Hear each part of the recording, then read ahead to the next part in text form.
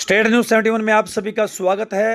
राजकीय वरिष्ठ माध्यमिक स्कूल कोटला, जिन्होंने हाल ही में ग्राम सभा प्रतियोगिता में जिले में पहला स्थान प्राप्त किया था और राज्य स्तर पर जिले का प्रतिनिधित्व किया था, उसी राजकीय वरिष्ठ माध्यमिक स्कूल कोटला की युवा संसद प्रतियोगिता आज जिला स्तर पर स्कूल के प्रांगण में हुई और स्कूल के विद्यार्थियों ने एक बार फिर से जिला स्तर पर अपना लोहा मनवाते हुए इस जिला प्रतियोगिता में पहला स्थान प्राप्त किया और अब इनकी प्रतियोगिता मंडल स्तर पर ये जिले का प्रतिनिधित्व करेंगे। ग्राम सभा में भी जिले में प्रथम और युवा संसद में भी जिले में प्रथम।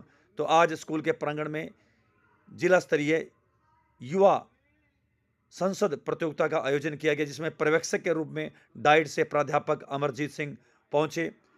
प्रतियोगिता का शुभारंभ स्कूल के प्राचार्य विनोद कुमार द्वारा किया गया। तो आइए देखते हैं जिला स्तर पर विजेता बनी युवा संसद की कुछ झलकियां।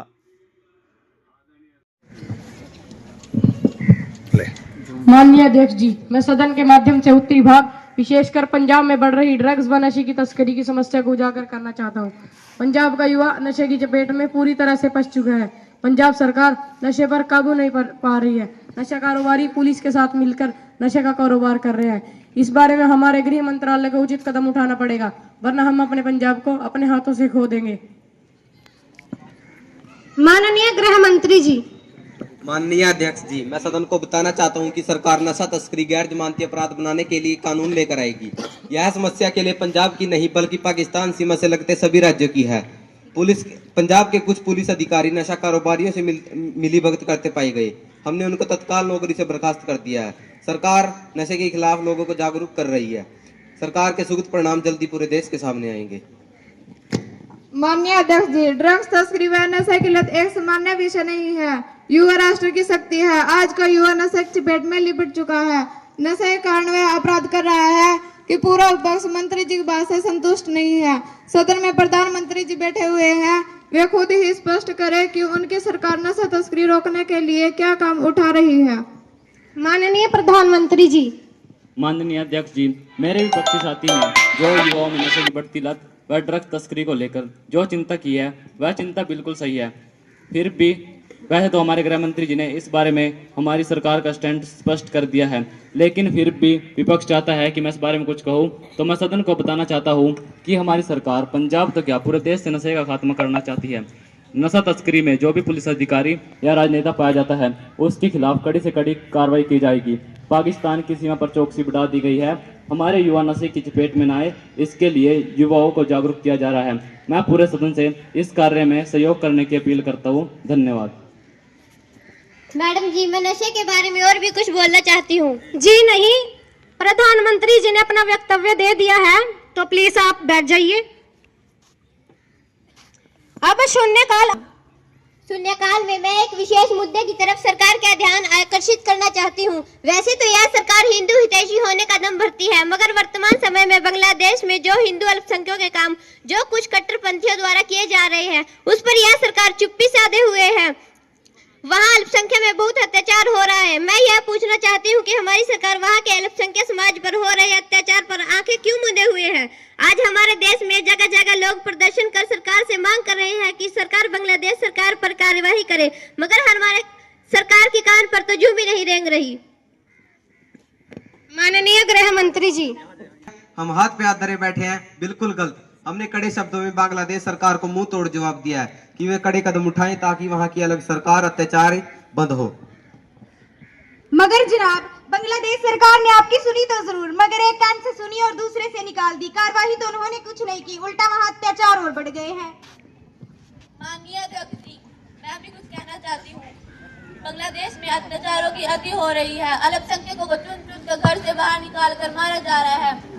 हमने ही बांग्लादेश का निर्माण 1971 में करवाया था। हमने ही बांग्लादेश को पाकिस्तान के चक्कू से छुड़वाया था। आज यह देश हमारी सरकार की नाकामी के कारण हमको आंखें दिखा रही है। आज यह देश पाकिस्तान को गले लगा रहा है। यह हमारी सरकार की गलत नीतियों का परिणाम है। हमारे प्रधानमंत्री जी विदेशों में जा जाकर काम बटोर रहे हैं, मगर बांग्लादेश एक छोटे से पिछड़ी देश पर नियंत्रण नहीं कर पा रहे हैं। शर्म आनी चाहिए हमारे प्रधानमंत्री जी को। शर्म तो आपको आनी चाहिए बहन जी, आप प्रधानमंत्री जी के लिए ऐसे शब्दों का इस्तेमाल कर रहे हैं, आपको तुरंत माफी मांगनी चाहिए। हम सिर्फ प्रधानमंत्री जी के लिए सम्मानजनक शब्दों का उपयोग करते हैं और आप कह रहे हैं प्रधानमंत्री जी को शर्म आनी चाहिए। प्रधानमंत्री जी ने हमारे देश की प्रतिष्ठा देश विदेश में बढ़ा दी है। आपके समय काल में हमारे देश को एक गरीब लाचार देश के रूप में जाना जाता था, मगर आज प्रधानमंत्री जी के प्रयासों के कारण आज हम विश्व गुरु बनने जा रहे हैं। आप कह रहे हैं प्रधानमंत्री जी को शर्म आनी चाहिए, आप अपने शब्द भी वापस लें। सत्ता पक्ष जशन जी।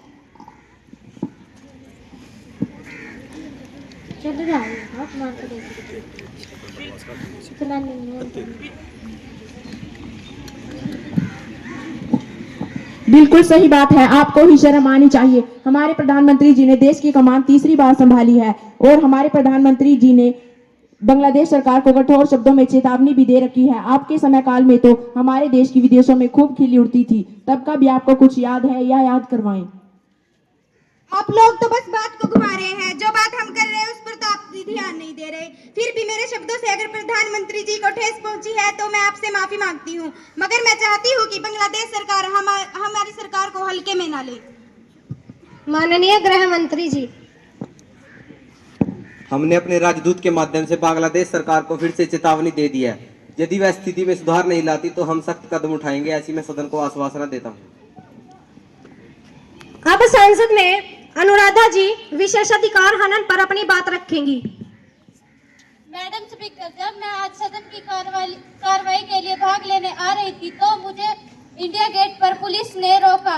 मैंने उन्हें अपना लाइसेंस वीआईपी कार्ड भी दिखाया, फिर भी उन्होंने मुझे 2 घंटे बेवजह रोक के रखा। कृपया इसे संज्ञान में लें। इस बात को माननीय गृह मंत्री जी संज्ञान में ले। अध्यक्ष महोदय, मैं सदन की तरफ से खेद प्रकट करता हूँ। इनकी शिकायत विशेषाधिकारी हनन समिति को आगामी कार्रवाई के लिए भेज दी जाएगी। दोषी पुलिस अधिकारियों के विरुद्ध विभागीय नियमों के अनुसार कार्रवाई की जाएगी। अनुराधा जी, क्या आप गृह मंत्री जी की बात से संतुष्ट हैं? हाँ, मैं संतुष्ट हूँ। अब विपक्षी सदस्य कुमारी इनू द्वारा काम रोको प्रस्ताव रखा जा रहा है। सदन की चलती कार्रवाई में एक महत्वपूर्ण विषय पर काम रोको प्रस्ताव पेश कर रही हूँ। कृपया सदन की चलती कार्रवाई को रोककर इस महत्वपूर्ण विषय पर चर्चा की जाए। आप अपना विषय रखें, यदि यह अति महत्वपूर्ण पाया जाता है तो उस पर चर्चा की जाएगी। धन्यवाद अध्यक्ष जी। मैं अदानी मुद्दे पर चर्चा चाहती हूँ। आज यह विषय सारे संसार में चर्चा बन गया है। अमेरिका भी कह रहा है कि अदानी समूह ने 23,000 करोड़ रुपए की रिश्वत खाई है, पर रिश्वत कहाँ है? रिश्वत कितनी बड़ी रकम कहाँ है? आज यह सारा देश पूछ रहा है। कृपया इस सारी स्थिति को सदन में क्लियर किया जाए। अरे मैडम जी, आज तो देश में जॉर्ज सोरोस और कांग्रेसी नेताओं के संबंधों की भी चर्चा हो रही है और सुनने में तो यह भी आ रहा है कि विपक्षी नेता ने जॉर्ज सोरोस से करोड़ों रुपए लिए। कब लिए, किस काम के लिए, क्यों लिए, इसकी भी चर्चा करवा लो। और यह भी बता दो कि जॉर्ज सोरोस के वित्त संगठन को आपके वित्त नेता ने आगे बढ़ाया है। आप लोग क्यों अदानी मुद्दे पर चर्चा करने से डर रहे हैं? मैं सदन में नहीं हूँ। क्यों प्रधानमंत्री जी इस मुद्दे पर चर्चा करने से कतरा रहे हैं? कई दिनों से इस मुद्दे की कार्रवाई सदन में इसी मुद्दे पर आकर रुक जाती है। सरकार क्यों डर रही है? क्यों इस स्थिति को क्लियर नहीं किया जा रहा है? अदानी मुद्दे पर चर्चा होनी चाहिए, बाकी काम तो होते रहेंगे। हाँ, अदानी मुद्दे पर चर्चा करवाई जाए। अदानी मुद्दे पर चर्चा करवाने से प्रधानमंत्री जी क्यों बच रहे हैं? अदानी मुद्दे पर चर्चा करवाओ। हाँ, बिल्कुल अदानी मुद्दे पर चर्चा होनी चाहिए। आप अपनी बात रखिए।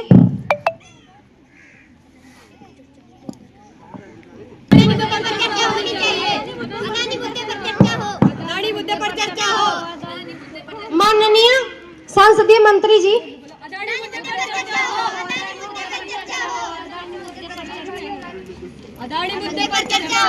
अरे आप सभी बैठ जाएं, सदन को चलने दे। काफी महत्वपूर्ण विषय पर चर्चा होनी है।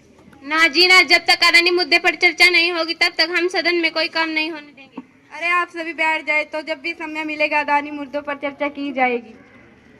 जी जरूर, चर्चा करवा देना।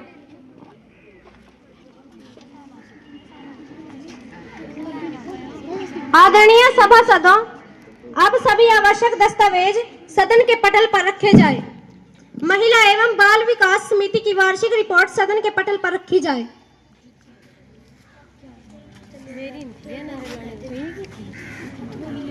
लोक लेखा समिति की वार्षिक रिपोर्ट सदन के पटल पर रखी जाए।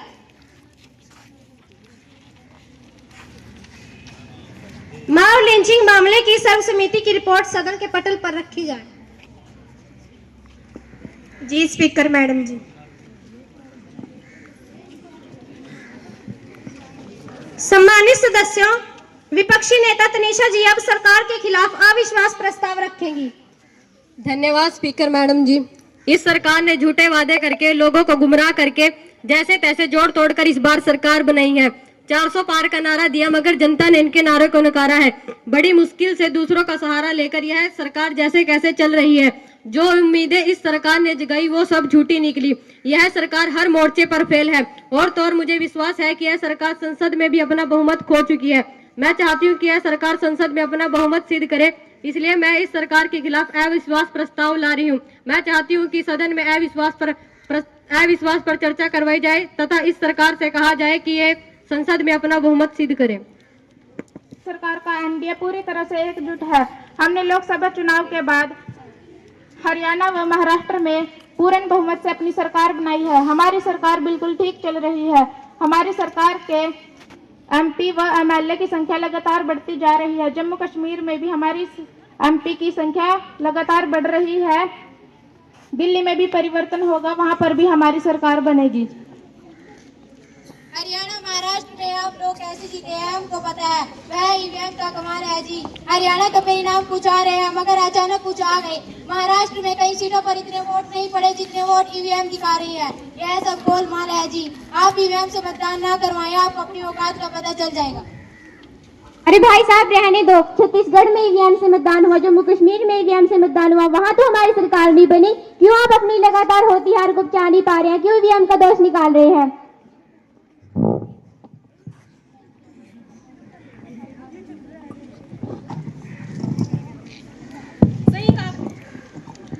सही कहा। पंजाब में उपचुनाव हुआ, वहां भी ईवीएम का इस्तेमाल हुआ, वहां आम पार्टी जीती, वहां तो ईवीएम में किसी ने उंगली नहीं उठाई। भाई साहब, राज आप लोगों का है। जहां मर्जी आप ईवीएम में गड़बड़ी करें, जहां ना करें, ये सब आपके हाथ में है। ईवीएम आपकी, कर्मचारी आपके, ईवीएम चलाने वाले आपके, तो परिणाम भी तो आपके पक्ष में आएगा ना। बिल्कुल ठीक बात। इन चुनावों में ईवीएम में गड़बड़ हुई है। हरियाणा के विधानसभा चुनाव में ईवीएम में गड़बड़ जरूर हुई है। जहां पर कांग्रेस 70 सीटें पार हो गई थी और बीजेपी 7 पर चलने लगी थी, तब अचानक क्या हुआ कि बीजेपी 42 सीटें पार हो गई और कांग्रेस हार गई। हरियाणा में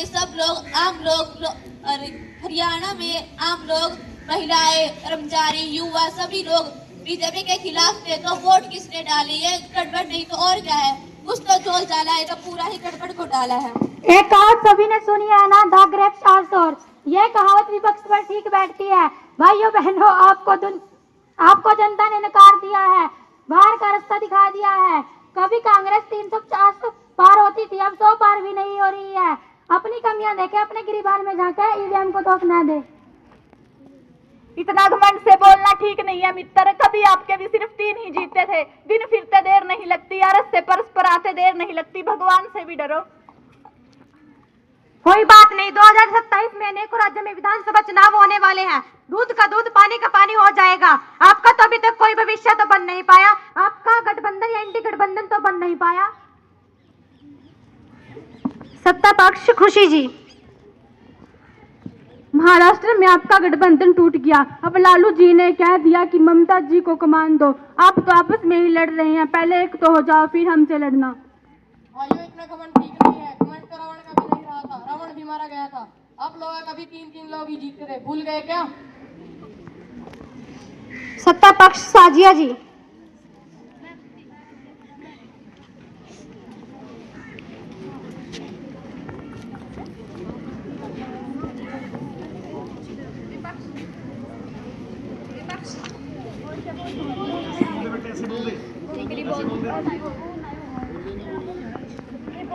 साथियों का तो सिर्फ एक ही काम रह गया है, जनता से आपको कोई मतलब नहीं है। आप देश की जनता आपको समझ चुकी है। इस जनता की सभी पार्टी आज से उनकी गिनती शुरू होती है, वो दिन दूर नहीं है जब इस सदन में एक भी सदस्य नजर नहीं आएगा। कुमारी फाजिया जी रहने दो, अपनी गिनती भी देख लो। इस चुनाव में जो आपके साथ हुआ सारा देश जानता है। बड़ी मुश्किल से आपकी सरकार बनी है। नारा लगाया था आपने 400 पार का, लेकिन 300 भी पार नहीं हुए। धन्यवाद करो नीतीश कुमार का, धन्यवाद करो चंद्रबाबू नायडू का, जो आपकी सरकार के लिए बैसाखी बने। आपकी सरकार तो बैसाखियों पर टिकी है। हमारी गिनती पर ध्यान न दो, अपनी गिनती पर ध्यान दो। गिनती तो आपकी भी डूब रही है। विषय क्या था और कहाँ चला गया? प्रस्ताव रखा था, उस पर चर्चा हुआ या नहीं, उस पर वोटिंग हुआ या नहीं। तो इस विषय पर अब हम आते हैं। तो जो सदस्य चाहते हैं कि अविश्वास प्रस्ताव पर चर्चा व वोटिंग हो, वे यस कहें। और जो सदस्य चाहते हैं कि अविश्वास प्रस्ताव पर वोटिंग व चर्चा न हो, वे नो कहें। नो वालों का बहुमत है, नो वालों का बहुमत है, नो वालों का बहुमत है। विपक्षी नेता तनीषा द्वारा सरकार के खिलाफ यह अविश्वास प्रस्ताव खारिज कर दिया जाता है। अब सदन में कानून संबंधी कार्य शुरू होता है। माननीय कानून मंत्री जी अब एक राष्ट्र एक चुनाव विधेयक रखेंगी। मानवर मैं एक राष्ट्र एक चुनाव विधेयक 2025 को रखने की अनुमति चाहती हूँ। प्रश्न यह है कि इस बिल पर सीधी चर्चा की जाए या इसे स्थायी समिति को भेज दिया जाए। आदरणीय सभासदों, इस बिल पर सीधी चर्चा की अनुमति दी जाती है। महोदय, मैं विधेयक को पूर्व स्थापित करती हूँ। अध्यक्ष महोदय, मेरे द्वारा पूर्व स्थापित किए जाने वाले विधेयक का शीर्षक है अध्यक्ष महोदय, एक राष्ट्र एक चुनाव या वन नेशन वन इलेक्शन एक साथ चुनाव का प्रस्ताव 41 साल से लंबित है। 1983 से चुनाव आयोग एक साथ चुनाव करवाने पर विचार कर रहा है। भारत में 1951 से लेकर 1967 के बीच हर 5 साल में लोकसभा और सभी राज्यों विधानसभाओं के चुनाव एक साथ होते रहे हैं। देश के मतदाताओं ने साल 1952, 1967, 1962 और 1967 में केंद्र व राज्यों के लिए एक साथ मतदान किया, लेकिन कुछ पुराने राज्यों का पुनर्गठित और नए राज्यों के उभरने के साथ इन प्रक्रिया की साल 1967 और 1969 में पूरी तरह समाज का कर दिया गया है। विश्व के अनेकों देश ने एक देश एक चुनाव का मॉडल अपनाया है। अमेरिका में राष्ट्रपति और सीनेट के चुनाव हर 5 साल व एक निश्चित तारीख में होते रहे हैं। फ्रांस, स्वीडन, कनाडा में एक देश एक चुनाव अपनाया गया है। भारत के पूर्व राष्ट्रपति रामनाथ कोविंद की अध्यक्षता वाली एक कमेटी ने भी 14 मार्च को एक रिपोर्ट सौंपी है, जिसमें देश में एक साथ चुनाव कराने की सिफारिश की गई है। आदरणीय सभासदों, इस विधेयक का प्रथम वाचन समाप्त हो चुका है। द्वितीय वाचन कल सुबह 11 बजे होगा। तब तक के लिए सदन की कार्यवाही को स्थगित किया जाता है। द नेक्स्ट डे, आप सभी बैठ जाइए। माननीय कानून मंत्री जी। अध्यक्ष महोदय, मैं एक राष्ट्र एक चुनाव विधेयक 2025 के द्वितीय वाचन को आरंभ करने की अनुमति चाहती हूँ। इस बिल पर सीधी चर्चा का फैसला प्रथम वाचन के दौरान हो गया था, इसलिए सदन इस विधेयक पर विस्तार से चर्चा करेगा। धन्यवाद अध्यक्ष जी। एक देश एक चुनाव विधेयक के कानून बनाने के बाद यह 2 चरणों में लागू होता है। पहला लोकसभा व विधानसभा चुनाव के लिए दूसरा आम चुनाव के 100 दिनों के भीतर स्थानीय निकाय चुनाव के लिए। इस विधेयक पर कानून बनाने के लिए संविधान में अनुच्छेद 32A जोड़ा जाएगा। संविधान में पहले संशोधन के लिए आधे राज्यों की विधानसभाओं की सहमति की जरूरत नहीं है, क्योंकि चुनाव में से संबंधित कानून बनाने का अधिकार सिर्फ संसद को है। संविधान में दूसरा संशोधन केंद्र सरकार को लोकसभा व विधानसभा चुनाव के साथ नगर पालिकाओं व पंचायतों के चुनाव एक साथ कराने के लिए कानून बनाने का अधिकार दे। माननीय अध्यक्ष जी, यह बिल संविधान विरोधी है, हमारे देश के संघवाद के खिलाफ है। हम इस विधेयक का पूरी तरह से विरोध करते हैं। सरकार वन नेशन वन इलेक्शन नहीं बल्कि वन नेशन नो इलेक्शन चाहती है। अब यह सरकार देश में संविधान को बदलने की तैयारी कर चुकी है। देश में संविधान को बदलकर यह सरकार आगे चुनाव नहीं होने देगी, लेकिन हम ऐसा नहीं होने देंगे। हम इस विधेयक का पूरी तरह से विरोध करते हैं। अरे विपक्षी नेताजी, आपने इस बिल को समझा तो है ही नहीं। बिना मतलब के विरोध करना सही नहीं है। इस विधेयक में कोई लोकतंत्र नष्ट नहीं हो रहा, उल्टा इसमें लोकतंत्र मजबूत हो रहा है। अब कोई रोड़ा न अटकाएं इस बिल। श्रीमान जी, जब यह बिल देश हित में है ही नहीं तो इसको कैसे पास होने दे? अगर यह बिल पास होता है तो यह सरकार तानाशाह बनेगी। इस बिल से राज्यों की भूमिका, उनकी शक्तियां समाप्त होगी। मैं इस बिल का विरोध करती हूँ। कितने सारे देशों में यह प्रणाली लागू है। क्या वे देश तानाशाह बन गए? आप क्यों देश में डर फैला रहे हैं कि संविधान खत्म हो जाएगा? ऐसा कुछ नहीं होगा। यह बिल देश हित में है, इससे देश का करोड़ों रुपया बचेगा। माननीय अध्यक्ष जी, देश में लगातार चुनाव होने से देश का काफी पैसा बचेगा। एक साथ चुनाव होने से देश में एक साथ चुनाव होने से देश का काफी पैसा बचेगा, जो विकास कार्य में काम आएगा। आपके इस कानून से लोकतंत्र का मजाक उड़ेगा। देश एक व्यक्ति से अहंकार से नहीं चलाया जा सकता। माननीय अध्यक्ष जी, इससे राज्य सरकार कामचोर होगी, देश में तानाशाही स्थापित होगी। मैं इसका विरोध करती हूँ। सभा का कार्यकाल 5 वर्ष का होता है, लेकिन इसको पहले भी भंग किया जा सकता है। फिर एक देश एक चुनाव कैसे संभव होगा? साल से पहले भंग हो सकती है, फिर एक देश एक चुनाव कैसे संभव है? इसमें केवल 2 पार्टियों को ही फायदा होगा, क्षेत्रीय पार्टियों को केवल नुकसान होगा।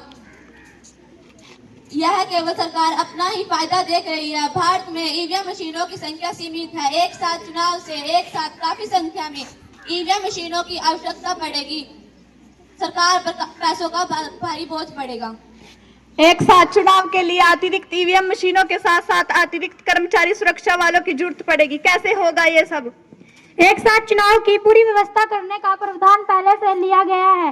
जिस कैबिनेट की बैठक में इस विधेयक को मंजूरी दी गई थी, उसी बैठक में प्रधानमंत्री जी ने इसे जेपीजी को भेजने की बात कही थी।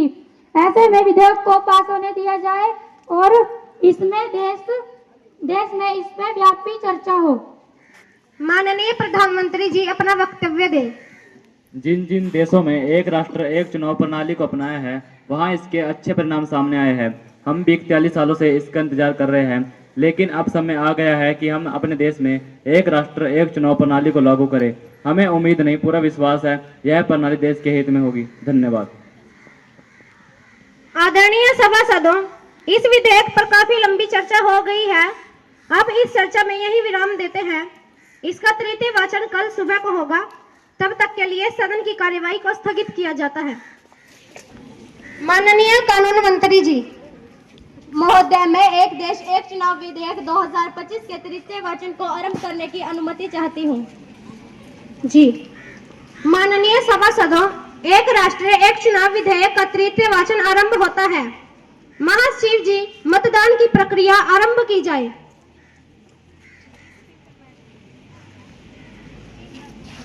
अब इस विधेयक पर मतदान करवाया जाता है। तो जो सांसद वन नेशन वन इलेक्शन के पक्ष में है वे यस कहे।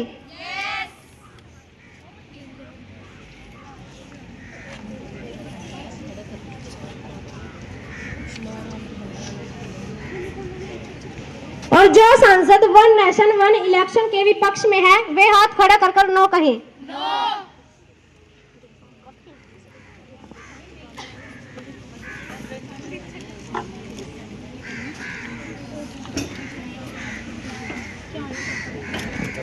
एक कागज भी नहीं था।